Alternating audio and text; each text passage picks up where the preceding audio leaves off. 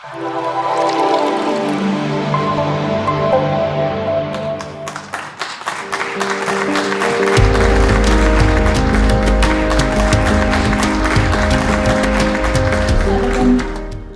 श्रोते हो, नमस्कार. महाराष्ट्र मित्र परिवारातर्फे आयोजित आजच्या या कार्यक्रमात मी मंजिरी चौधरी तिक्का तुम्हा सर्व रसिकांचं मनपूर्वक स्वागत करते. मंडळी, तुम्हाला सगळ्यांना माहीत आहेच की प्रशांत गौतम यांनी अनेक क्षेत्रातली गुणवंत आणि प्रतिभावंत माणसं एकत्र आणत महाराष्ट्र मित्र नावाचा व्हॉट्सअप ग्रुप स्थापन केला. हळूहळू त्याच्यामध्ये अधिक गुणवंत लोक येत गेले आणि दुसरा आणखीन एक महाराष्ट्र मित्राचा समूह स्थापन झाला. याचा विस्तार होत बृहन महाराष्ट्र मित्र आणि बालमित्र असे आणखी 2 व्हॉट्सअप समूह स्थापन करण्यात आले. खरं सांगायचं तर हा समूह नाही म्हणता येणार, आमचं कुटुंब मोठं होत गेलं. आणि आज आनंदाची गोष्ट म्हणजे आमच्या परिवाराचं फेसबुक पेज आणि यूट्यूब चॅनलही सुरू झालेलं आहे. या फेसबुक पेजच्या माध्यमातून आत्तापर्यंत अनेक गुणवंत व्यक्तींनी ह्या फेसबुक पेजवर हजेरी लावलेली आहे, ज्यामध्ये अशोक पत्की, कौशल इनामदार ह्यांसारखी अनेक गुणी मंडळी येऊन गेली. आजही आपण साहित्य क्षेत्रातल्या अशाच एका उत्तुंग व्यक्तिमत्वाला भेटणार आहोत, त्यांच्याशी गप्पा मारणार आहोत. ही व्यक्ती आहे साहित्य क्षेत्रातलं एक मोठं नाव, ज्येष्ठ साहित्यिक आणि उदगीर येथे होणाऱ्या 95व्या अखिल भारतीय मराठी साहित्य संमेलनाचे नियोजित अध्यक्ष भारतजी सासणे. सर, मनपूर्वक नमस्कार. खरं तर भारत सासणे हे आमच्या कुटुंबाचे सदस्यच आहेत, पण असं म्हणतात ना की आपल्या माणसाच्या कर्तृत्वाचं कौतुक करणं आणि त्याच्या मोठेपणानं भारावून जाणं याच्यातही एक वेगळा आनंद असतो. चला तर मग भेटूयात आणि गप्पा मारूयात भारतजी सासणे यांच्याशी. धन्यवाद. चला सर, तुमचा लिखाणाचा किंवा साहित्य क्षेत्रातला तुमचा जो पट आहे तो अफाट आहे. अतिशय म्हणजे इतक्या वेगवेगळ्या प्रकारचे साहित्य प्रकार तुम्ही हाताळलेले आहेत. तुम्ही दीर्घकथा लिहिल्या, तुम्ही लघुकथा लिहिल्या, तुम्ही नभोनाट्य लिहिले, बालसाहित्य लिहिलं, ललित लेखसंग्रह, म्हणजे साहित्य क्षेत्रातले सगळे प्रकार तुम्ही हाताळलेले आहेत. मला असं फार नेहमी वाटतं की एखादा लेखक जेव्हा नावारूपाला येतो तेव्हा त्या पाठीमागे त्याची अनेक वर्षांची तपश्चर्या असते, साधना असते. अर्थातच तुमचे हे योगदान बघता ती तपश्चर्या खूप मोठी आहे हे जाणवतंय. तर आम्हा सगळ्यांना हे जाणून घ्यायचं आहे की नेमके तुम्ही केव्हापासून लिहिते झालात आणि त्यामागची नेमकी प्रेरणा काय होती? थोडक्यामध्ये जर आपण त्याचा एकूण विस्तार जर बघितला तर असं लक्षात येतं की 1980 मध्ये माझं पहिलं पुस्तक प्रकाशित झालेलं आहे, जॉन आणि अंजिरी पक्षी. ते मुंबईला झालं. त्याच्यासाठी त्याच वेळेला दिग्गज लोक मंडळी, सगळी साहित्यिक मंडळी आली होती, त्यांच्या हस्ते प्रकाशन झालं आणि मी अगदी नवा होतो. आता या 80च्या दशकामध्ये, त्याच्या आधी साधारणपणे 70 पासून किंवा 72 पासून मी लिहित असणार आणि त्यामध्ये लिहिलेल्या त्या काळामध्ये लिहिलेल्या ज्या कथा आहेत त्यांचं हे संकलन म्हणजे पहिलं पुस्तक आहे. याचे एक वैशिष्ट्य असं सांगायला पाहिजे की त्यावेळेला विविध मासिकं प्रकाशित होत असत. आता मासिकं बंद पडलेली आहेत मोस्टली, पण त्यावेळेला खूप मासिकं होती आणि त्यांच्या विविध कथा स्पर्धा या त्याही जाहीर होत असत. तर या कथा स्पर्धांसाठी मी कथा पाठवित असे आणि यामध्ये प्रथम पारितोषिक पात्र असलेल्या ज्या कथा आहेत त्यांचा हा पहिला संकलन संग्रह आहे. अरे वा. त्यामुळे 72 पासून ते 80 पर्यंत मी ज्या विविध स्पर्धांना कथा पाठवल्या असतील आणि ज्या स्पर्धांना, ज्या कथांना प्रथम पारितोषिक मिळालेलं आहे त्याचा हा संग्रह प्रकाशित झाला, जॉन आणि अंजिरी पक्षी. म्हणजे 70 पासून मी पुढे लिहितोय हे तर लक्षात येईलच आपल्या. आता त्याच्याही मागे जर जायचं झालं तर शाळा आणि कॉलेजमध्ये जी वार्षिक प्रकाशित होत असत त्यावेळेला तिथे मी लिहायला लागलेलो आहे आणि माझं वय त्यावेळेला 10-12च्या पेक्षा आणखीन काही मोठं नसणार. अशा काळातच मी काही ना काहीतरी लिहायला लागलेलो आहे असं मला जर मागे वळून बघताना लक्षात येतं की इतक्या आधीपासून मी लिहितो आहे. पुढे ज्याला आपण म्हणतो ओळख त्याची जी पटायला लागली की हा काहीतरी लिहितोय आणि वेगळं लिहितोय, तर ते शाळेच्या वार्षिकातून आणि नंतर मग कॉलेजच्या वार्षिकातून ही कथा माझ्या प्रकाशित व्हायला लागल्या आणि त्या निमित्ताने मग मी एक नवा आणि आकार घेत असलेला कथाकार म्हणून माझ्या मित्रांनी, शिक्षकांनी, माझ्या रसिकांनी माझ्याकडे पाहायला सुरुवात केली. अशी ती सुरुवात आहे. वा वा. सर, आपण असं म्हणतो की साहित्य निर्मिती होते, तर साहित्य निर्मिती होत असते म्हणजे नेमकं काय होत असतं? कारण लेखकाच्या त्या जाणीव पातळीवर असो किंवा एकंदरीत जे बदल घडून येतात त्याच्यातून ते बाहेर येत असावं, तर नेमकी ही साहित्य निर्मितीची प्रक्रिया कशी असते? निर्मिती प्रक्रियेबद्दल खरं तर मी यापूर्वी बोललेलो आहे आणि तसं तर प्रदीर्घ बोललं पाहिजे, कारण हा विषय तसा एका अर्थानं गूढ आहे, एका अर्थानं गुंतागुंतीचा आहे बरोबर. आणि एका अर्थाने तो जाणून घ्यायला अनेकांना आवडतो. अगदी. त्याचबरोबर संशोधकांनी आणि समीक्षकांनी त्यावर चर्चा देखील पुष्कळ केलेली आहे. पण मला जर विचारलं तर मी असं सांगेन की आपण जर साक्षी काढल्या संत कवींच्या, ज्यांनी कोणी लिहिले त्यांनी, या सर्वांनीच आपल्या निर्मितीच्या क्षणाबद्दल काही ना काहीतरी लिहून ठेवलेलं आहे. म्हणजे बुध कौशिक ऋषीने रामरक्षेमध्ये त्यांनी असं लिहिलेलं आहे की मला पहाटे स्वप्न पडलं आणि त्या स्वप्नामध्ये मी रामरक्षा ऐकली आणि ती मग मी लिहून काढलेली आहे. आता अबोध मनामध्ये काय चालू असतं आणि त्याची संपूर्ण निर्मितीचा जो क्षण आहे त्याचा साक्षात्कार कधी आणि कसा होतो याच्याबद्दलच्या ज्या काही खुणा आहेत, साक्षी खुणा, त्या या मंडळींनी कुठे ना कुठेतरी लिहून ठेवलेल्या आहेत. आणि त्या लक्षात जर आपण घेतल्या किंवा रामायणाची जी निर्मिती झालेली आहे त्यामध्ये त्यांनी असं म्हटलं की मला साक्षात ब्रह्मदेव भेटायला आले आणि त्यांनी मला आदेश दिला आणि म्हणून मी ही रामकथा लिहायला सुरुवात केली आहे. हे माझं काम नाहीये. त्यामुळे हा जो काही नैतिक प्रचंड असा जो तणाव असतो, जो व्यक्तीच्या बुद्धीवर, मनावर, मेंदूवर पडत असतो, त्यातून सुटका करण्यासाठी निर्मितीक्षम मन हे कुठल्या तरी एका आधाराच्या शोधामध्ये बाहेर पडतं आणि त्यांनी मग ब्रह्मदेवाचा आधार घेतलेला आहे की काही नाही, त्यांच्या सूचनेप्रमाणे, त्यांच्या आदेशाप्रमाणे मी लिहिलंही, माझं कर्तृत्व नाही आहे. त्यामुळे याचं जे काही निर्मिती असेल, बरं वाईट असेल, त्याचं जबाबदारी मी घेत नाही. जे काही आहे ते केवळ मी मांडलं आपल्यासमोर, पण मला आदेश कुणाचा तरी होता. इथे देखील बुध कौशिक ऋषींचा जो मी उल्लेख केला त्याच्यात देखील त्यांनी असं म्हटलेलं आहे की मला साक्षात महादेव यांनी सांगितलं आणि त्यानंतर मी हा रामरक्षा लिहिलेली आहे, पण मी ती ऐकली.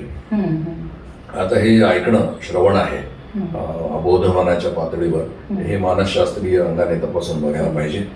आणि असे अनेक बाभ बोरकरांनी त्यांच्या कवितेमध्ये लिहिलेलं आहे की आला अद्भुत वारा. तर आला अद्भुत वारा म्हणजे हा वारा कुठला आहे? हा प्रतिभेचा वारा आहे. कारण पुढे त्यांनी लिहिलंय की संबंध ही जी इमारत आहे, या इमारतीमध्ये वारा आत आल्यानंतर दार खिडक्या खडखडायला लागतात, थरथरायला लागतात, असं वर्णन त्यांनी केलेलं आहे. तर ही जी काही पंचेंद्रियाची दरवाजे आहेत ते खडखडायला लागले आणि या कुडीमध्ये हा वारा आला, प्रतिभेचा अचानक आलेला वारा आहे आणि हा विलक्षण अशा सामर्थ्याने येतो आहे, असं त्यांनी लिहिलेलं आहे. त्यामुळे त्यांनी देखील या बाबतीमध्ये एक निर्देश केला की माझी निर्मिती कशी होऊ शकते. आणि दुसरं उदाहरण मी असं देईन की प्रसिद्ध कवी एक होता जो नवा होता, नंतर तो प्रसिद्ध झाला. तो एका जुन्या आपल्या गुरुतुल्य कवीकडे गेला आणि तो म्हणाला की मला निर्मितीच्या बाबत अडचण आलेली आहे, मी काय करायला पाहिजे, कविता कशी लिहिली पाहिजे. त्यांनी सांगितलं की तू प्राणी संग्रहालयामध्ये जा, त्या ठिकाणी जो चित्ता आहे तो चित्ता एका पिंजऱ्यामध्ये ठेवलेला असतो, त्याच्याकडे पाहत बस. आणि मग तो पाहत बसलेला आहे त्यावेळेला त्याच्या असं लक्षात येतं की हा अस्वस्थ जो चित्त आहे तो या टोकापासून त्या टोकापर्यंत जातो, तिथून पुन्हा परत येतो, अशी त्याची अथक अशी सतत येरझाऱ्या त्याच्या चालू आहेत. आणि पाहता त्याच्याकडे मग प्रसिद्ध चित्ता नावाची जी कविता जी आहे त्याची निर्मिती झाली. तेव्हा त्याच्यामध्ये त्यांनी निर्देश असा केलेला आहे की हा जो अस्वस्थ मनाचं जे प्रतीक आहे ते म्हणजे चित्त आहे आणि हा जो अस्वस्थ मन जे आहे ते एखाद्या प्रतिभावान लेखकाकडे जर असेल तर त्यातून निर्मिती होऊ शकते. त्यामुळे निर्मितीची जी काही प्रक्रिया आहे ती अस्वस्थ मनाच्या निर्मितीतून, अवस्थेतून होते. आता हे अस्वस्थ मन काय आहे तर जे काही अमूर्तात आहे हम्म. ते तुम्हाला ओढवून आणायचं आहे आणि मूर्तामध्ये आणायचं आहे, रूपांतरित करायचं आहे. हम्म. मग अमृतात काय आहे ते तुम्हाला केवळ जाणवते, दिसत नाही, हम्म. पण तुम्हाला जाणवतंय आणि ते तुम्हाला ओढून आणायचं तुमच्या सामर्थ्याने, तुमच्या प्रतिभेच्या सामर्थ्याने. त्यामुळे हे करत असताना लेखकाला एक दाह अनुभवायला मिळतो आणि त्या दाहाचा त्याला तो भोगताही असतो, साक्षीदार देखील असतो. त्यामुळे त्याला ते बघायचं देखील आहे आणि भोगायचं देखील आहे, तो जो दाह आहे. कारण दोन रसायनं एकमेकामध्ये मिसळल्यानंतर तिसरं रसायन जेव्हा तयार होतं त्यावेळेला ते अगदी वेगळं असतं, परंतु ते तयार होत असताना त्यातून एक दाह निर्माण होतो. तो दाह केवळ आणि केवळ त्या लेखकालाच भोगावा लागतो, इतरांना नाही. आणि हे जे तिसरं म्हणून जे काही निर्माण होतं तीच ही निर्मिती आहे. त्यामुळे अमृतातून मूर्तामध्ये काहीतरी ओढवून आणण्याची जी काही किंमत त्याला द्यावी लागते आणि जे काही त्याला सोसावं लागतं लेखकाला, ती त्याची प्रसव वेदना आहे असं म्हणतात.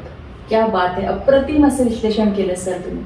आता तुमच्या बाबतीत बोलायचं झालं तर तुम्ही, मी म्हटलं तसं खूप अनेक साहित्य प्रकार तुम्ही हाताळता. तर एखादा विषय जर तुमच्या मनामध्ये असेल तर त्याची दीर्घकथा करायची का एकांकिका करायची का लघुकथा करायची, तर हे कसं काय ठरतं, म्हणजे कुठल्या याच्यात बांधायचे कसं ठरतं? लेखक हे स्वतः शक्यतो ठरवत नाही. अच्छा. विषयांची स्वतःची मागणी असते, आशयाची स्वतःची मागणी असते की कोणत्या माध्यमातून मला प्रकट व्हायला आवडेल असा विषय किंवा आशय तुम्हाला स्वतःच सांगत असतं आणि त्याप्रमाणे मग ते वेगवेगळ्या रूपाने रूपबंध तुमच्या समोर आपोआप साकार व्हायला लागतात. पुष्कळ वेळेला कथा ही कादंबरीकडे जाते, पुष्कळ वेळेला कथा ही नाटकाकडे जाते. मग याचं नाटक का केलं नाही असा प्रश्न निर्माण होतो आणि नंतर अनेकांनी, स्वतः त्या लेखकांनी तरी किंवा अन्य लेखकांनी तरी त्या कथेवर नाटक केलेलंच आहे रूपांतरित असं. त्यामुळे त्यामध्ये नाटकाचे जम्स होतेच, पण कथेच्या रूपात ते जम्स अवतरले आणि नंतर मग इतरांनी त्याचं महत्त्व ओळखलं आणि मग ते नाटकामध्ये रूपांतरित केलं, असंही घडलेलं आहे यापूर्वी. त्यामुळे स्वतः दळवींनी स्वतःच्याच कथांवर नाटकं लिहिली. तर हा जो प्रकार आहे तो सतत लेखकाला घडत असतो आणि त्याला त्यातून मार्ग काढायचा असतो की मला काय करायचं आहे, कथा मांडायची का दीर्घ कथा मांडायची आहे की कादंबरी मांडायचं आहे. आणि त्यामध्ये जोपर्यंत त्याला स्वतःला ओळख पटत नाही की माझ्या मनामध्ये आलेला हा जो काही जर्म आहे हा कोणत्या रूपाने फुलणार आहे, तोपर्यंत त्याला थांबावं लागतं. आणि एकदा त्याला वाट दिसायला लागली की त्या वाटेमध्ये, त्या प्रकाशात, अंतःप्रकाशामध्ये तो मग पुढे वाटचाल करायला लागतो. वा, खूप सुंदर, छान बोलताय सर. निर्मिती तर झालेली आहे, पण त्याच्यामध्ये सुद्धा सकस साहित्याबद्दलचे काही निकष आहेत का? कारण होतं काय की पुष्कळदा एखादं जे वास्तव असतं ते खूप अतिरंजित आणि बटबटीत स्वरूपात लिखाणाच्या माध्यमातून ते लोकांसमोर सादर होतं आणि अशा लिखाणाला प्रसिद्धी पण जास्त असते. आणि कधी कधी असंही होतं की एखादं कसदार साहित्य असतं पण त्याला प्रसिद्धी मिळत नाही. तर मग प्रसिद्धी, सकसता, लोकप्रियता याचे काही वेगवेगळे निकष असतात का? फरक तर नक्कीच आहे. लोकप्रिय साहित्य ज्याला आपण म्हणतो तर ते लोकप्रिय साहित्याचा साधा निकष असा आहे की ते मनोरंजक असलं पाहिजे, त्याच्याशिवाय कोणी ते वाचणारच नाही. कदाचित त्याच्यात थोडंसं पुढे जाऊन ते बुद्धिरंजक असलं पाहिजे अशी देखील अपेक्षा असते. आणि त्यामुळे मग सस्पेन्स आणि थ्रिल वगैरे ह्या ज्या काही अलीकडे निर्माण झालेलं मराठीमध्ये यायला लागलेलं आहे, जे अनुवाद स्वरूपामध्ये आपण वाचतो, तर त्यामध्ये समाजाला मनोरंजन पाहिजे, समाजाला थोडं बुद्धिरंजन पाहिजे, म्हणून हे साहित्य आपल्या समोर येत आहे. त्याला इंग्रजीमध्ये बेस्ट सेलर असं म्हणतात. त्यामुळे ज्याची विक्री सर्वात जास्त होते अशा साहित्याला बेस्ट सेलर असं म्हणायचं. तर ही जी काही साहित्य निर्मिती आहे ती मनोरंजक असल्यामुळे ती अर्थातच लोकप्रिय असते. पण जे काही तुम्ही म्हणताय की श्रेष्ठ वाङ्मय काय आहे, चांगलं आणि श्रेष्ठ याच्यामध्ये जो फरक आहे तो फरक असा आहे की ज्यामध्ये करुणा आहे, मानवी बंधुभाव आहे, मानवी नात्यांचा शोध आहे आणि सर्वसामान्य माणसाच्या बाबत लेखकाला वाटणारी जी करुणा आहे ती करुणा ज्या साहित्यामध्ये प्रकट होते ते साहित्य श्रेष्ठत्वाच्या दिशेने गेलेलं असतं. कारण त्या माणसाचं जे जगणं आहे ते जगणं त्या लेखकाला कळतं, ते त्याला दिसत असतं आणि ते त्याला मांडायचं आहे. अन्य ज्याच्याबद्दल आपण आधी बोललो त्या ठिकाणी केवळ मनोरंजन हा एक भाग आहे, त्याच्यामध्ये फॅन्टसीचा भाग आहे, त्यामध्ये रंजकता आहे आणि स्वप्नरंजनाचा भाग आहे. म्हणून अशा साहित्याला खूप पॉप्युलॅरिटी मिळते. उत्तम आणि श्रेष्ठ असं जे काही वाङ्मय आहे त्याच्याबाबत आणखीन एक निकष असा सांगितला जातो की श्रेष्ठ वाङ्मय कोणाला कुठे असतं ते, तर ते अभावातून असतं. कारण ते अभावातून सिद्ध होतं, आज नाही आहे, दिसत नाही, म्हणून ते अस्तित्वात आहे असं म्हणतात. तर तुम्हाला पॉप्युलर दाखवता येईल, श्रेष्ठ दाखवता येत नाही. बरोबर. कारण ते कुठे आहे, मग आपण उदाहरणं काही देऊ शकू, पण ते नसेल तर ते आहे असं म्हणायचं नाही, म्हणून ते आहे. अच्छा. सर, मग स्वांत सुखाय जेव्हा लेखक लिहितो तर त्या बाबतीत तो जास्त समाधानी असतो का? कारण मागणीनुसार जे लिखाण होतं तर ते लिखाण आणि स्वतःसाठी लिहिलेलं, तर ह्याच्यामध्ये समाधानी तो कधी जास्त असतो? थोडंसं नाटकाचं मी उदाहरण देईन की हा प्रश्न मी अनेकांना विचारला होता, मीच विचारला होता की नाटक हे स्वांत सुखाय लिहिता येईल का? त्याचं कारण असं आहे की नाटक हे समूह कला आहे, अनेकांनी ती सादर करायची आहे आणि अनेकांसाठी सादर करायची आहे. त्यामुळे समोर प्रेक्षक बसलेला आहे हे लक्षात घेऊन प्रत्येक क्षणाचा मिनिटाचा हिशेब तुम्हाला द्यायचा आहे. तो जो प्रेक्षक आहे त्याच्या मनाचा विचार करून तुम्हाला सतत लिहायचा आहे. त्यामुळे तुम्ही प्रत्येक क्षणावर तुमची पकड असली पाहिजे, तरच नाटक तुमचं व्यवस्थित संहिता तयार होऊ शकते. पण मग तुम्हाला नाटक हे कोणासाठी करायचं आहे, तर त्यांच्यासाठी करायचं आहे, कुठल्या तरी ग्रुपसाठी करायचं आहे, कुठल्या तरी आर्टिस्टसाठी करायचं आहे, कुठल्या तरी मागणीसाठी करायचं आहे. आणि तशी मागणी जर नसेल आणि तुम्ही एका बेटावर अडकून पडलेला आहात आणि तुम्ही एकटेच आहात, त्यावेळेला स्वांत सुखाय नाटक लिहिता येईल का, हा माझा नेहमी प्रश्न असतो. त्याची दोन्ही उत्तर मला मिळालेली आहेत. चांगल्या आर्टिस्टना मी विचारलं, चांगल्या नाटककारांनाही देखील विचारलं, तर ते म्हणाले की होय, नाटक लिहिता येईल. कारण जो प्रेक्षक आपण कल्पिलेला असतो तो मानस पातळीवर असतो आणि त्यांच्यासाठी म्हणून हे नाटक लिहिलं असं समजायला काही हरकत नाही. आणि काहींचं म्हणणं असं आहे की हा डिमांडप्रमाणे निर्माण झालेला कृत्रिम असा प्रकार आहे, साहित्य प्रकार आहे, त्यामुळे तो लोकांच्यासाठी म्हणून लिहायचा असल्यामुळे तो स्वांत सुखाय लिहिता येत नाही. आता हे नाटकाच्या बाबतीत झालं. कवितेच्या बाबतीमध्ये तर सगळी कविता ही स्वांत सुखायच लिहिली असते की कोणाला तरी मी वाचून दाखवणार आणि तो मला वा म्हणणार आहे अशी अपेक्षा त्या कवीची नसते. त्याची आंतरिक गरज आहे, त्याची आंतरिक आवश्यकता आहे आणि त्यातून तो त्या क्षणाला सामोरं जाऊन कवितेची निर्मिती करतो. तेव्हा कविता ही जास्त अंतस्थ, जास्त प्रामाणिक आणि जास्त स्वतःशी जोडलेली अशी निर्मिती आहे. कथेच्या बाबतीमध्ये देखील असं असू शकतं की जेव्हा कथा किंवा दीर्घकथा मी लिहितो त्यावेळेला मला हे माहीत नाही की कुठे प्रकाशित होणार आहे, कोणाला मी देणार आहे, कोण. मागण्या येतात ही गोष्ट खरी आहे, पण ही मागण्या आणि टाइम लिमिटमध्ये येतात, तर त्या केवळ तुम्हाला लिहित करण्यासाठी निर्माण झालेलं साधन म्हणूनच मी त्याकडे बघत असतो. ते काही कंपल्शन नाही आहे किंवा तुमच्यावर ते दडपण घ्यायचं नसतं. पण कथा जेव्हा मी लिहितो त्यावेळेला ती प्रामुख्याने त्यामधल्या विषयाला आणि आशयाला प्रामाणिक राहून जे काही मांडायचं आहे, जीवनभाष्य करायचं आहे आणि व्यापक व्यामिश्र गुंतागुंतीच्या जगण्याबद्दल आपल्याला काहीतरी सांगायचं आहे, त्यावेळेला मी अतिशय शांतपणे आपल्या स्वतःची प्रामाणिक राहूनच लिहितो. पण लिहिल्यानंतर मात्र मग कुणाची मागणी आलेली आहे, कोणाला पाठवायचं याचा विचार करतो. बरोबर. सर, आता तुम्ही सुद्धा नाटक लिहिले, एकांकिका लिहिल्या, तर ह्या सगळ्या खरं तर आपलं मूल कितीही मूल असलं तरी प्रत्येक मूल आपल्याला प्यारच असतं, तसंच तुमचा हा प्रकार असणार आहे. पण तरीही कुठला साहित्य प्रकार तुम्हाला जास्त आवडतो? मला काही समीक्षकांनी दीर्घकथाकार असं म्हणायला, अशी विरुद्धावली लावायला सुरुवात केली होती. त्याचा अर्थ असा की मी दीर्घकथा जास्त लिहायला लागलो होतो त्या काळामध्ये, लघुकथेच्या पेक्षा किंवा अन्य साहित्य प्रकारापेक्षा. त्यामुळे पटकन हे म्हणणं सोपं आहे की हे दीर्घकथा लिहितात म्हणून हे दीर्घकथाकार भारत सासणे, अशा अर्थानं. दीर्घकथेत मी खूप रमलेलो आहे, ही गोष्ट खरी आहे. कारण ती जी प्रतिभा असेलच तर ती अशा एका दालनामध्ये रमते आहे ज्या दालनाला दीर्घकथेचं रूप प्राप्त झालेलं आहे. वा.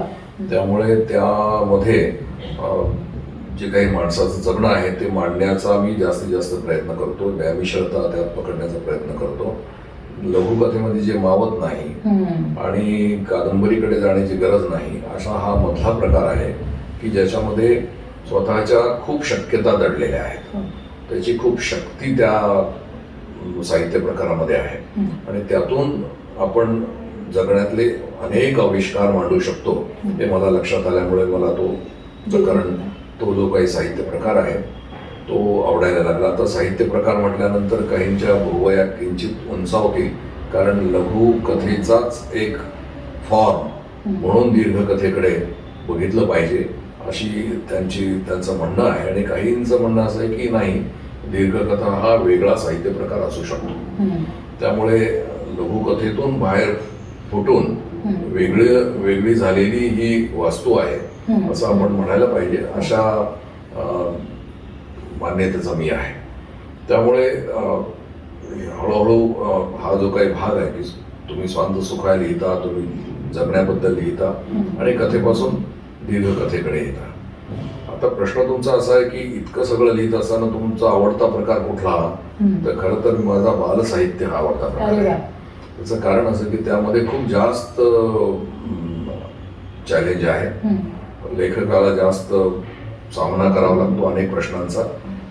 तुम्हाला मूल व्हावं लागतं, त्याच्या मनात शिरावं लागतं आणि त्याचबरोबर तुम्हाला खूप जबाबदारी पाळायची. संस्कार पण द्यायचे, मनोरंजन पण द्यायचंय, बुद्धिरंजन पण द्यायचंय. तर मी जेव्हा जगभरातले जे मोठे मोठे साहित्यकार बघतो की ज्यांच्या प्रतिभेची उंची खूप प्रचंड आहे, ती सगळी मंडळी फार उच्च दर्जाचे बालसाहित्यिक आहेत. त्यांच्या एकूण कार्याकडे आपण जर बघायला लागलो तर मराठीमध्ये आपण कुठेच नाही आहोत असं लक्षात येतं जवळपास.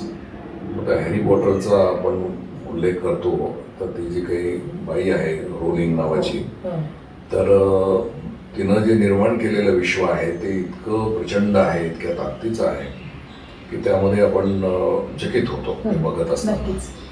आणि जगभरामध्ये तर अनेकांनी हे काम करून ठेवलेलं आहे, ॲलिस इन वंडरलँड वगैरे वगैरे पासून. तर ही जी काही जादुई निर्मिती करावी लागते ती तुम्हाला जास्त शक्तीने करावी लागते. बरोबर. आणि ती जास्त शक्ती त्याच्याचकडे असते ज्याच्याकडे प्रतिभा आहे. त्यामुळे तो एक आव्हानात्मक असा निर्मितीचा प्रदेश आहे असं मी मानतो. त्यामुळे दीर्घकथा आणि त्याच्या खालोखाल बालसाहित्य हे मला आवडणारं असं क्षेत्र आहे. थोडासा वेगळा प्रश्न विचारते सर, की सरकारी नोकरीमध्ये खूप मोठ्या अधिकार पदावरून तुम्ही निवृत्त झालात, जिल्हाधिकारी होता तुम्ही जालन्याला. तर जसं पद वाढतं तसं जबाबदाऱ्या वाढतात, व्याप वाढतात आणि सरकारी अधिकारी म्हणून तर तुमचं कर्तृत्व उत्तुंग आहेच, होतच, पण तरी त्याच वेळेला लेखक म्हणून खूप उंचीचे तुम्ही आहातच. म्हणजे तर हे खूप अवघड असतं की सरकारी नोकरी आणि लिखाण, तर हा समतोल कसा काय साधता आला? खरं तर हे दोन परस्पर पूरक असे विषय आहेत जर आपण त्याचा योग्य तो उपयोग करून घेतला तर.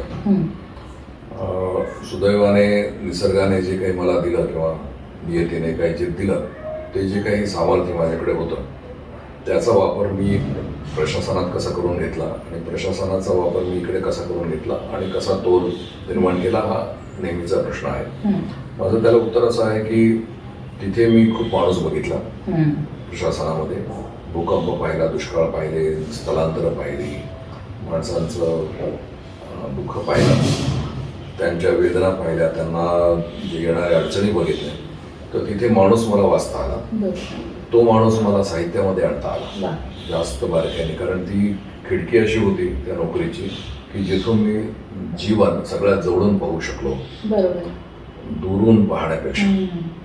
अन्य लेखकांच्या बाबतीमध्ये कदाचित असं झालेलं असावं की त्यांनी एक सुरी पद्धतीचं एक नोकरी म्हणा, व्यवसाय म्हणा स्वीकारला, त्यामुळे त्यांनी कधी जीवन इतक्या जवळून पाहिला नाही. ते सुदैवाने मला पाहायला मिळालेलं आहे.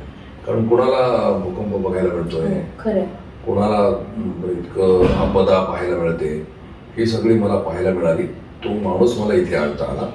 साहित्यामध्ये असलेला जो विवेक आहे तो मला प्रशासनात आणता आला. क्या बात आहे. त्यामुळे त्या माणसाला न्याय देताना हम्म. आपण विवेकपूर्ण नजरेने त्याच्याकडे पाहिलं पाहिजे, हम्म. ही दृष्टी जी होती. त्यामुळे मी तिथेही यशस्वी झालो.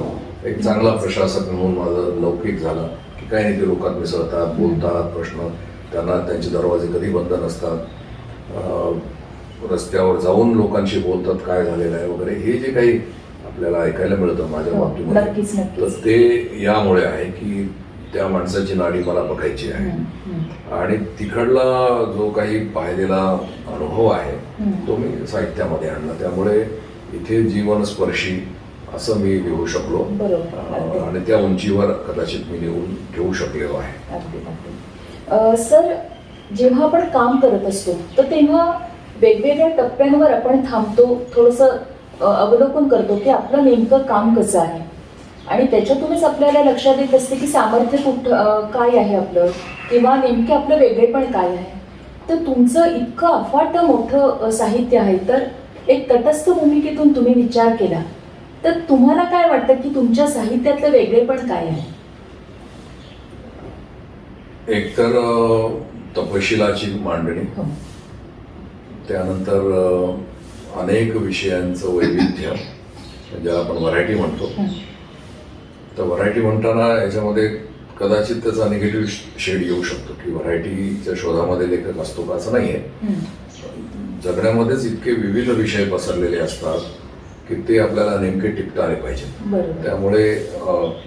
त्यामुळे मी इतकं वैविध्यपूर्ण असं लिहू शकलेलो आहे की विषय जर तुम्ही कथांचे बघितले तर त्यामध्ये मग चाइल्ड सायकॉलॉजी येतं, मानसशास्त्र येतं, त्याच्यामध्ये समाजशास्त्रही आलेलं आहे, त्यामध्ये शरीरशास्त्र आलेलं आहे. हे सगळे विषय आहेत, हे सगळे लपेटून या कथेमध्ये, दीर्घकथेमध्ये येतात.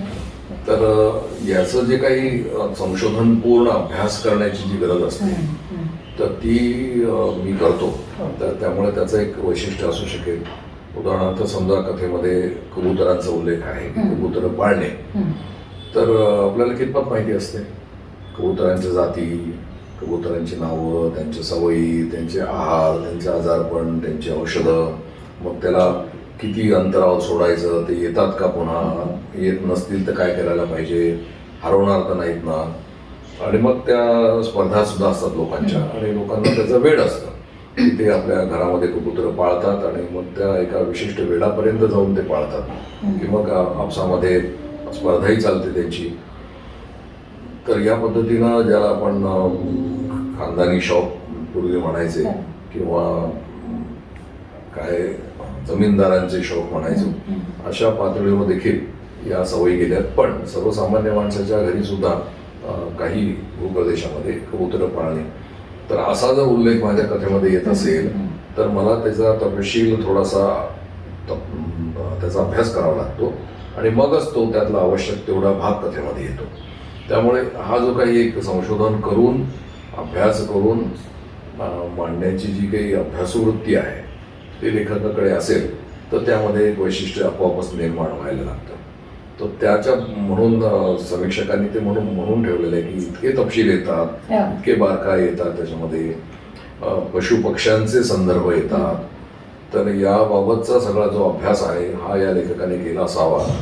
किंवा ज्योतिषशास्त्राचे उल्लेख येतात, पिशाच्य साधनेचे उल्लेख येतात. तर कुठे तुम्ही पाहिलं, कुठे शिकलात, कुठे वाचलात, असेही प्रश्न येतात तिथे. पण माणूस आणि त्याचा आस्थेचा हा विषय असल्यामुळे त्याबद्दलचा अभ्यास करण्याची तयारी ही माझ्या लेखनामध्ये असते. हो हो, कदाचित हीच तुमची तपश्चर्या साधना जी म्हटलं ती हीच असावी सर. होय, कदाचित. आणि त्यामुळेच कदाचित तुमचे चाहते खूप आहेत. आणि मला असं वाटतं की वाचक आणि लेखकाचं एक वेगळं आपुलकीचं नातं असतं.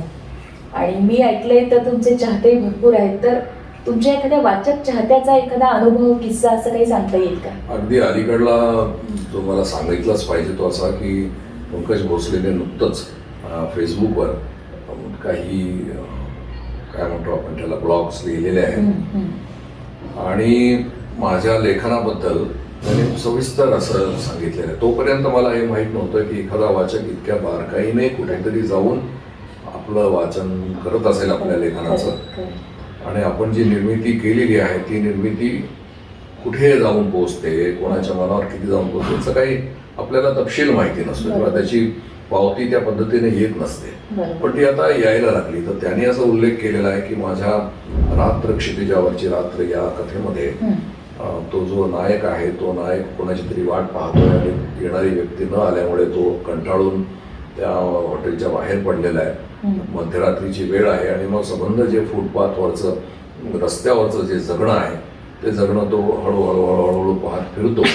त्यावेळेला त्याला एक वेश्या बालिका छोटी भेटते आणि मग तिला तो गोल प्रश्न विचारतो आणि मग तिला विचारतो तू शाळेत गेली नाहीस का, शिकली नाहीस का तू. ते म्हणते नाही, मला तशी संधी मिळाली नाही, पण मी एकदा गेले होते. मग तू काय शिकली होती, कितवीमध्ये शाळा सोडली तू, मग तुला कविता येते का, तू एखादी कविता म्हणून दाखव तू त्यावेळेला शिकलेली. आणि मग फुलं पाखरू छान कशी दिसते ही कविता ती मुलगी अगदी अभिनय करून त्याला जेव्हा सांगायला लागते. हा जो प्रसंग आहे त्या प्रसंगाबद्दल त्या पंकज भोसलेने लिहिलंय की ही कथा आम्ही आमच्या कॅफेमध्ये वाचत असू त्यावेळेला या प्रसंगाला लोक रडले. अरे पावती आहे, मोठी पावती आहे. किती कर्षाने जीवन तुमच्या अंगावर टोकदार होऊन कोसळतं आणि किती तुम्हाला जखमी करतं हे या प्रसंगातून दाखवलंय. आणि त्याच्यामध्ये त्यांनी मग ते लिहिलंय की सासण्यांनी तो प्रसंग असा उभा केलेला आहे की तो इंजिनियर मुलगा जो वाचत होता ज्याला याने सांगितलं की कथा वाच त्यावेळेला तो रडायला लागला. असं तर याचं वर्णन त्याने त्याच्यामध्ये केलं. तेव्हा मला लक्षात आलं की वाचक हा आपला कुठे कुठे असतो आणि कसा कसा तो पोहोचतो. आणि जिथे जिथे मी आतापर्यंत गेलोय कुणीतरी मग उभं राहत आणि म्हणते की अहो ते ठकाजीरामाच्या स्मरणातली रात्र आमच्या मनामध्ये अजूनही आहे आणि त्यामध्ये जो काही पाऊस पडतोय तो आमच्याही अंगावर पडतोय. तेव्हा असं लक्षात येते की अरे आपला वाचक कुठेतरी खूप दूर पोहोचलेला आहे. तेव्हा ते भवभूतीने जे काय सांगून ठेवले की पृथ्वी विपुल आहे, काळ अनंत आहे आणि कुठे ना कुठेतरी तुमचा समान धर्मा तुम्हाला केव्हा तरी भेटत असतो, त्याच्या भेटण्याची तुम्ही वाट पाहिली पाहिजे असं त्यांनी जे सांगितलंय. त्यामुळे आपला जो चाहता आहे हा केव्हा कुठे भेटेल सांगता येत नाही, पण तो असतो. याबाबत मात्र त्यांनी भवभूतीने आपल्याला आश्वस्त केलेलं आहे.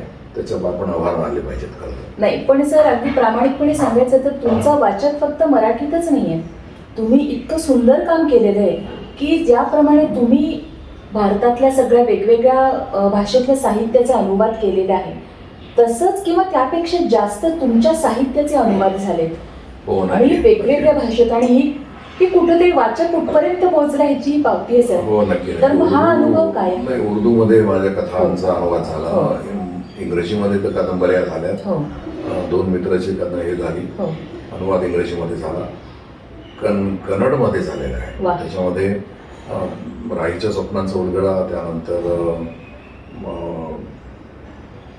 जॉन आणि अंजिरी पक्षी आणि आणखीन एक पक्षी, आणखीन एक पुस्तक यांचं कन्नडमध्ये ट्रान्सलेशन झालेलं आहे. आणि आंध्र म्हणजे याला पण तेलुगूमधून सुद्धा अनुवाद झाला.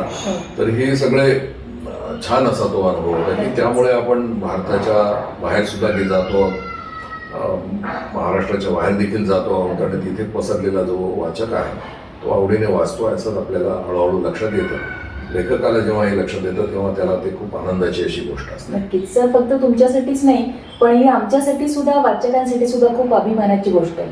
कारण तुम्ही अनुवाद केले त्यापेक्षा जास्त तुमच्या साहित्याचे अनुवाद झाले. हो हो. आणि अजून एक अभिमानाची दुसरी गोष्ट म्हणजे तुमच्या साहित्यावर अनेक जणांनी PhD केले.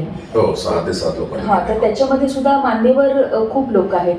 तर ही गोष्ट सुद्धा फार अभिमानाची सर. तर या बाबतीत काय सांगता येईल? नाही, जेव्हा मला पहिला तर दासू वैद्याने केला आणि त्यानंतर पुढे 5-6 लोकांनी केलं आणि आताही काही काम चालू आहे. तर ही मंडळी मला जेव्हा भेटतात आणि प्रश्न पाठवतात, त्यांची पद्धत असते, प्रश्नावली पाठवायची असते, ती प्रश्नांची उत्तरं द्यायची असते. आपण त्यानिमित्ताने त्यांच्याशी माझा डायलॉग होतो, त्यांच्याशी बोलणं होतं. त्यामुळे ही अभ्यास करणारी ही विविध क्षेत्रातली मंडळी, विविध विद्यापीठातली मंडळी आपल्याकडे येत आहेत. तेव्हा त्यांना या साहित्याबद्दल काय कळतंय, कोणकोणते अँगल्स त्यांना समजतायत हे माझ्या लक्षात यायला लागतं. आणि त्यामुळे आपण किती विस्तारले गेलेलो आहोत याची कुठंतरी जाणीव होते. तेव्हा आणि ते नवे नवे मुद्दे घेऊन येतात. एकाने असं आणलं होतं की प्रकाश योजना ही तुमच्या कथांमध्ये आम्हाला एक वेगळा असा मुद्दा सापडलेला आहे. क्या बात तर म्हटलं प्रकाश योजना ही तर नाटकात असतं, हो, सिनेमात हो. असतं, ते कथेमध्ये कसं आहे. हं. मग त्याने अनेक उदाहरणं सांगितली की खिडकी उघडली, पात्र बसलेला आहे, त्याच्या चेहऱ्यावर कसा लाईट आला, वाव. त्याच्या डोळ्यावर कसा आला, मग तो कसा ओसरला उघडला खाली, किंवा रात्र होती दिवस होता प्रकाश. तर प्रकाश योजनेचे जितके म्हणून संदर्भ त्यामध्ये असतील ते त्याने वेगळे क्या काढले बात आहे ते तास. आणि ते म्हणाले की आम्ही त्याच्यावर एक वेगळं चॅप्टरच लिहितो आहे. वाव. म्हटलं हे छान तुम्हाला जाणवलेलं आहे ही गोष्ट. मला ती माहीत असेल नसेल पण तुमच्या ती लक्षात आली ही अतिशय चांगली गोष्ट आहे. त्यामुळे त्यातलं सौंदर्य तुम्ही टिकलेलं आहे बारकासं. तर त्याचं मी अभिनंदन केलं. असे त्यामुळे चांगले असे अनुभव येतात की ज्यांनी संशोधन केलेलं आहे ते. नक्कीच. म्हणजे तुमचं जे साहित्य आहे ते त्या खोलीचं आहे की इतक्या मान्यवरांनी त्यावर PhD केली आहे, त्याच्यातलं सौंदर्य शोधलेलं आहे. होय. खूप अभिमानाची गोष्ट आहे सर. धन्यवाद. सर, साहित्यामध्ये भाषा खूप महत्त्वाची असते आणि आपल्याला माहीतच आहे की बोलीभाषा आणि प्रमाण भाषा हा कायम असा वादाचा विषय असतो. तर त्याबद्दल तुमचं काय मत आहे साहित्यात बोलीभाषा आणि प्रमाण भाषा? नेहमी हा प्रश्न नवोदित लेखक मला विचारतात की आम्हाला ग्रामीण कथा लिहायची आहे, हो. पण मग ग्रामीण भाषेचा वापर आम्ही कितपत करावा. तर त्यांना मी उदाहरणं असे देऊन सांगतो की एकतर निवेदनामध्ये प्रमाण भाषा तुम्ही वापरा, हो. आणि जिथे संवाद आहेत त्या ठिकाणी तुम्ही वा. ग्रामीण भाषा वापरा. आणि दुसरं उदाहरण मी त्यांना असं देतो की असाही प्रयोग केलेला आहे की जिथे निवेदनामध्ये देखील ग्रामीण बोली भाषेचा वापर करण्यात आला, विदर्भात किंवा कोकणात. तर अशा ज्या प्रादेशिक कथा कादंबऱ्या होत्या त्यामध्ये हा प्रयोग झालेला आहे आणि तो देखील बऱ्यापैकी वाचकांनी वाचला आणि ऍक्सेप्ट केलेला आहे. त्यामुळे तुम्हाला जे योग्य वाटेल ते करा असं मी त्यांना नेहमी सांगत असतो. तर त्याबद्दलचा कुठलाही रूल नियम असा नाही आहे आणि तो नियम आपण निर्माण करू नये. बरोबर आहे, बरोबर आहे. सर, साहित्य क्षेत्रातले अनेक प्रतिष्ठेचे मानाचे खूप पुरस्कार तुम्हाला मिळालेले, म्हणजे अगदी राज्य शासन पातळीवरचे सुद्धा प्रचंड भरपूर पुरस्कार आहेत. तर एवढे सगळे पुरस्कार, मला वाटतं ती यादीच इतकी मोठी आहे. तर हो, खूप खूप मोठे मोठे पुरस्कार आहेत. तर या पुरस्कारात त्याच्यापैकी एखाद्या पुरस्काराचा अनुभव सांगा ना. कथेमध्ये आणि अन्य साहित्य प्रकारामध्ये शासनाचे 7 वेळा मला जेव्हा पुरस्कार मिळाला तेव्हा 7ही वेळेला मी मंचावर जाऊन तो पुरस्कार घेतला. वेगवेगळ्या मिनिस्टर्सच्या मार्फत वेगवेगळ्या मंडळींच्या हस्ते. तर तो एक आनंदाचा क्षण असतो. नक्कीच. आणि त्या व्यतिरिक्त अनेक महत्वाचे जर आपण नावं घेतली तर बहुतेक इकडे लावलेत मागे भिंतीवर वगैरे, तर त्यावर लक्षात येईल की बहुतेक पारितोषिक ही किंवा पुरस्कार ही मला मिळालेले आहेत या नात्याने.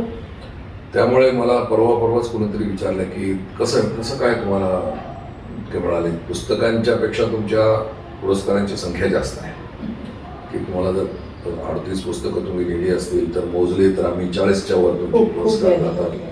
तर हे कसं काय. तर मी त्यांना म्हटलं की केवळ गुणवत्ता आणि पुरस्कार मिळवण्यासाठी म्हणून कोणी लेखक लिहित नाही. तो लिहितो आणि चांगलं लिहितो म्हणून त्याला पुरस्कार मिळतात आणि मग पुरस्कार मिळतच जातात जर त्याची गुणवत्ता असेल तर.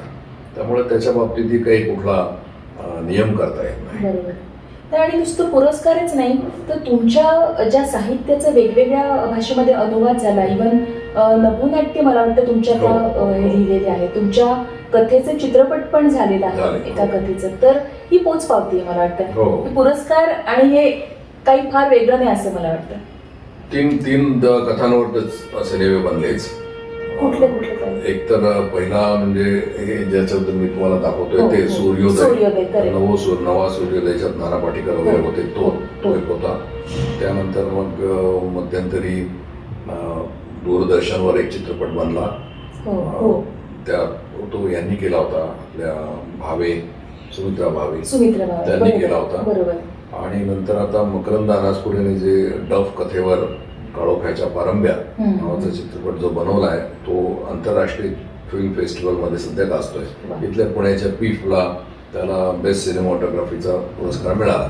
तर अन्य ठिकाणी सुद्धा ते ठिकठिकाणी ते दाखवला जातोय. तो कमर्शियली इथे कोविडमुळे थांबला असेल, पण नंतर तो कमर्शियली रिलीज होईल.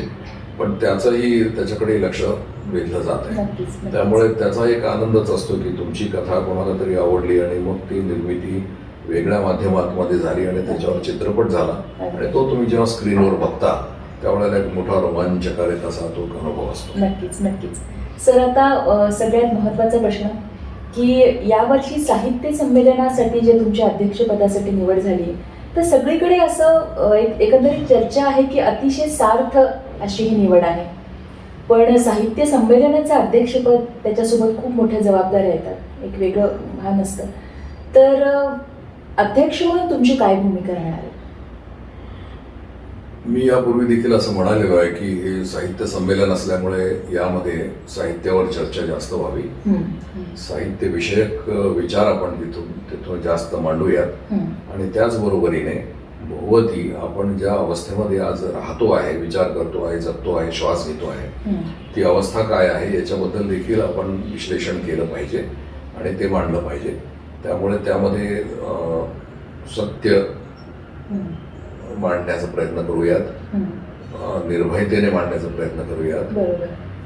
त्याचबरोबरीने आपल्याला कोणती दिशा मिळालेली आहे याबद्दल, समाजाबद्दल काही चिंता व्यक्त करायची असल्यास ती चिंता देखील आपण व्यक्त करूयात. अशा प्रकारे एक विचाराची बैठक राहणार आहे, हे देखील मी बोललेलो आहे. पण त्या व्यतिरिक्त वर्षभरामध्ये आणि माझा असा अनुभव आहे की अनेक ठिकाणी छोटे मोठे लेखक लिहित असतात, कविता लिहित असतात, कथा लिहित असतात, स्वतःच्या खर्चाने पुस्तकं प्रकाशित करतात. त्यांची अशी इच्छा असते की या अध्यक्षाने आपल्याकडे यावं, आपल्यामध्ये मिसळावं, आपल्याला मार्गदर्शन करावं, आपल्याशी बोलावं आणि म्हणून ते निमंत्रण देत असतात. पण 2 वर्षापासून साधारणपणे निराशा या मंडळींची अशी झालेली आहे की दिग्गज त्यांच्यापर्यंत पोहोचलेच नाहीत. तर या मंडळींपर्यंत आपण जावं, त्यांच्याशी बोलावं, संवाद साधावा, शक्य झालं तर मार्गदर्शन द्यावं, अशी माझा एक प्रयत्न राहणार आहे. नाही, नक्कीच. कारण होतं काय की या क्षेत्रामध्ये जी मंडळी येऊ इच्छितात, अगदी आपण आजकाल बघतो की वेगवेगळ्या क्षेत्रामध्ये जी मंडळी नैपुण्य मिळवत आहेत, तर ती सुद्धा शब्दांच्या माध्यमातून व्यक्त होत आहेत, पुस्तकं काढत आहेत. तर ही मंडळी सुद्धा त्यांच्याही काही लिखाणामध्ये काही ज्या उणिवा असतात किंवा नवीन जे लेखक आहेत, तर त्या सगळ्या लेखकांना तुमचं मार्गदर्शन निश्चितच आवश्यक आहे. तर त्यांना संदेश म्हणून तुम्ही काय सांगाल? मी नवोदित लेखकांना असं सांगत असतो की सातत्यपूर्ण लिखाण करावं, चिकाटीने करावं, थांबू नये, आळस झटकून टाकावा. आणि नेहमी तक्रार त्यांची असते की वेळ होत नाही, कसं यावं, कसं काय करावं. विशेषतः स्त्री लेखकांचा मोठा हा प्रश्न असतो की घरातून वेळ मिळत नाही वगैरे. तर त्यांना मी सांगतो की 10 मिनिटं मिळतील का 24 तासामध्ये? त्या म्हणतात की होय, मिळतील 10 मिनिटं. तर ती 10 मिनिटं स्वतःची असं म्हणा, कोणाची नाही, कुटुंबासाठी नाही, कोणासाठी नाही, जगासाठी नाही. त्यावेळेला तुम्ही तुटून बाजूला पडलेला तुमच्या आतमध्ये तुम्ही डोकावून बघायचं आणि ती 10 मिनिटं रोज लिहायची. मग आज 10 मिनिटं लिहिली, थोड्या वेळात दुसऱ्या दिवशी 10 मिनिटं, नंतर तुमच्या लक्षात येईल की आपलं बरंचसं लिहून झालेलं आहे, एक कादंबरीचा चॅप्टर लिहून झालेला आहे असं लक्षात येईल. अशा पद्धतीनं तुम्ही पुढे गेलं पाहिजे आणि साधना सतत करत राहिलं पाहिजे. आपल्या मनामध्ये जी चिंतनशीलता आहे ती विकसित केली पाहिजे, असं मी त्यांना सांगत आलेलो आहे. तर तोच माझा संदेश. सर, आगामी तुमच्या ज्या साहित्य कृती आहेत तर त्याबद्दल काय सांगाल? माझ्या जवळजवळ 8 ते 10 पुस्तकांचा आता क्रम आहे जवळपास. त्यामध्ये दीर्घकथा संग्रह आहे, लघुकथा संग्रह आहे. ज्या लेख मी लिहिले पण अप्रकाशित आहेत त्यांचाही मी आढावा परवा घेत होतो. त्यामध्ये देखील बरेचसे लेख हे पुस्तक रूपाने येऊ शकतील. या व्यतिरिक्त माझ्या अनेकांनी मुलाखती घेतलेल्या आहेत, जसं तर आपली मुलाखत चालली आहे. तर त्या मुलाखती जर उपलब्ध असतील तर त्याचं पुस्तक सुद्धा करण्याची काही प्रकाशकांनी तयारी दर्शवलेली आहे. त्यामुळे उपलब्ध आहेत काही. तर जशी ही उपलब्ध होईल आपल्याला तर ही पुस्तकात जाऊ शकते. बरोबर. तर अशा पद्धतीने किंवा पंकज भोसले एक मुलाखत माझी घेणार आहे किंवा नागपुरात माझी प्रकट मुलाखत झाली त्या बाई लिहित आहेत. तर अशा पद्धतीनं हे सगळं संकलन होऊ शकतं. नक्कीच. भाषणं माझी आहेत की जी उपलब्ध आहेत कारण ती कॉम्प्युटरला हो, असतात. हो. मी जर ती व्यवस्थित लिहून ठेवली आणि केली असतील तर त्याचंही एक वेगळं पुस्तक होऊ शकतं. अशा 8-10 पुस्तकांचा एकंदर प्लान आहे आणि त्या व्यतिरिक्त मी कादंबरीकडे वळालेलो आहे. आणि जशी नेहमीच अपेक्षा व्यक्त केली जाते की जितकं मी पाहिलं आहे, लिहिलं आहे, विचार केलेला आहे, त्यामुळे एखाद्या महाकादंबरीची अपेक्षा आहे तुमच्याकडून असं म्हणतात, तर ते देखील मी लवकरच पूर्ण करणार आहे. वा, खूप छान. खरं सांगायचं तर तुम्ही म्हटलं सर की मुलाखती त्याचं संकलन व्हायला हवं, तर खरं नक्कीच व्हायला हवं. कारण काय असतं, तुमच्यासारखी जी माणसं असतात ना, बोलता बोलता आम्हाला खूप काहीतरी वेगळं संचित देत असतात. म्हणजे तुम्ही ते सहजपणे बोलत असतात पण आमच्यापर्यंत खूप वेगळ्या पद्धतीने ते पोहोचत असतं. तर आज खूप तुम्ही वेळ काढलात, खूप गप्पा मारल्यात, मनमोकळ्या मनापासून धन्यवाद. धन्यवाद. आणि साहित्य संमेलनासाठी तुम्हाला खूप शुभेच्छा सर. Yes. पुन्हा एकदा धन्यवाद. धन्यवाद.